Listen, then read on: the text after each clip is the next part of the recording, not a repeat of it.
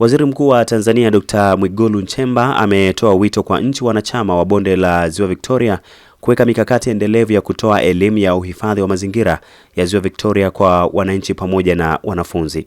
Dr. Mwigulu amesema hayo wakati wa uzinduzi wa siku ya Ziwa Victoria, hafla iliyoambatana na kuhitimishwa kwa maadhimisho yaliyoanza Mei 18 mwaka huu. Kauli mbiu yetu ya leo imetupa mwongozo, tuende tukaiishi kauli mbiu hiyo kwa nchi zote wanachama wa Jumuiya ya Afrika Mashariki na wanachama wanaohusika na bonde la Ziwa Victoria.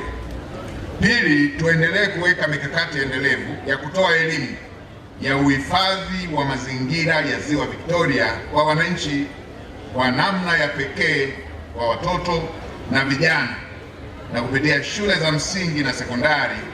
Anzisheni clubs ambazo zitakuwa zinajihusisha na masuala ya uhifadhi wa mazingira ya Ziwa Victoria. Wekeni clubs zile, wekeni mashindano ili kuweza kuwa na utamaduni ulioendelevu wa kupanda miti na kutunza mazingira. Na tatu, kuhusu uendeshaji wa kituo kikuu cha kuratibu uokoaji majini kilichopo hapa jijini Mwanza na vituo vidogo vya Kisumu kule Kenya na Entebbe kule Uganda. Hakikisheni kuwa vituo hivyo vinaanza kufanya kazi mapema na kwa ubora na kwa ufanisi wa juu. Kama tulivyosema siku ile, masuala ya majini hayatoi taarifa, yakitokea ndio yameshatokea hivyo. Kwa hiyo ni vyema tukawa na ufanisi wa juu katika kutekeleza uratibu wake ili kuweza kuokoa maisha ya watumiaji wa vyombo vinavyopita majini, usafirishaji pamoja na shughuli zingine za kiuchumi. Wananchi wote wa Jumuiya ya Afrika Mashariki tuwe mstari wa mbele kushirikiana na mamlaka husika kuzuia vitendo vya uharibifu wa mazingira ndani ya maji. Usiri katika kutoa taarifa ni sawa na kushiriki katika uharibifu huo. Sasa baada ya kuwa nimeyasema haya, ninapenda kutamka kuwa siku ya Ziwa Victoria imezinduliwa rasmi na itakuwa inaadhimishwa kila tarehe 21 Mei kwa kufuata utaratibu uliowekwa na waandaji wa maadhimisho haya, na kama ambavyo walikubaliana waheshimiwa mawaziri wa kisekta. Na kwa maadhimisho haya ya kwanza ambayo yamefanyika hapa Mwanza, nitamke kuwa maadhimisho hayo sasa yamefungwa rasmi. Mungu ibariki Afrika Mashariki, Mungu ibariki Tanzania. Asanteni sana kwa kunisikiliza. Kwa upande wake, Waziri wa Maji Juma Aweso amemshukuru Rais Dr. Samia kwa kuimarisha ushirikiano mzuri kati ya Tanzania na nchi wanachama wa bonde la Ziwa Victoria, kwa kusema ushirikiano huo umeendelea kurahisisha utekelezaji wa majukumu mbalimbali ya maendeleo katika ukanda huo. Mheshimiwa Waziri Mkuu, tufikishie salamu kwa Mheshimiwa Rais Daktari Samia Suluhu Hassan. Sisi Wizara ya Maji kwa namna mashirikiano ambayo ameyajenga katika nchi wanachama inatusaidia na unatupa nafasi na urahisi katika kutimiza majukumu yetu.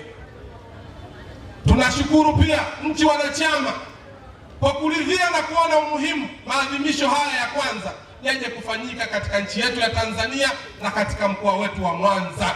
Sio jambo jepesi, ndugu zangu.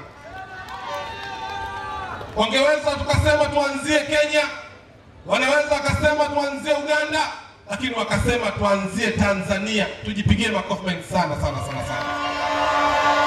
Nataka niwahakikishie nchi wanachama, sisi Wizara ya Maji na nchi yetu ya Tanzania kupitia ziwa hili la Victoria tutakuwa kihelehele, tutakuwa mstari wa mbele kuhakikisha tunalinda na kutunza ziwa hili Victoria kwa maana ya vizazi vya sasa na vizazi vijavyo, ili kuhakikisha kwamba maji haya yanaweza kutusaidia kupata huduma, lakini kupeleka mapinduzi ya kiuchumi kwa ajili ya manufaa ya wananchi wetu wa Tanzania. Akizungumzia ripoti ya hali ya bonde la Ziwa Victoria, katibu mtendaji wa kamisheni ya bonde la Ziwa Victoria amesema ziwa hilo linakabiliwa na changamoto mbalimbali ikiwemo suala la usalama na usafiri majini, huku akisisitiza umuhimu wa ushirikiano wa pamoja katika kukabiliana nazo. Maji bali ni uhai wa eneo la Afrika Mashariki na kwingineko. Ripoti ya hali ya bonde la Ziwa Victoria inayojumuisha rasilimali za maji la bonde la Ziwa Victoria uliozinduliwa jana umeonyesha kwa kina mapengo yaliyopo, changamoto zinazoibuka na fursa zilizopo ndani ya bonde hili la Ziwa Victoria. Mheshimiwa Waziri Mkuu, katika sekta ya usafiri majini bado tunaendelea kushuhudia changamoto zinazohusiana na usalama wa usafiri wa majini, miundombinu duni, ajali ya ziwani, uwezo mdogo wa utafutaji na uokoaji, pamoja na masuala mapya ya kiusalama ya kimpakani.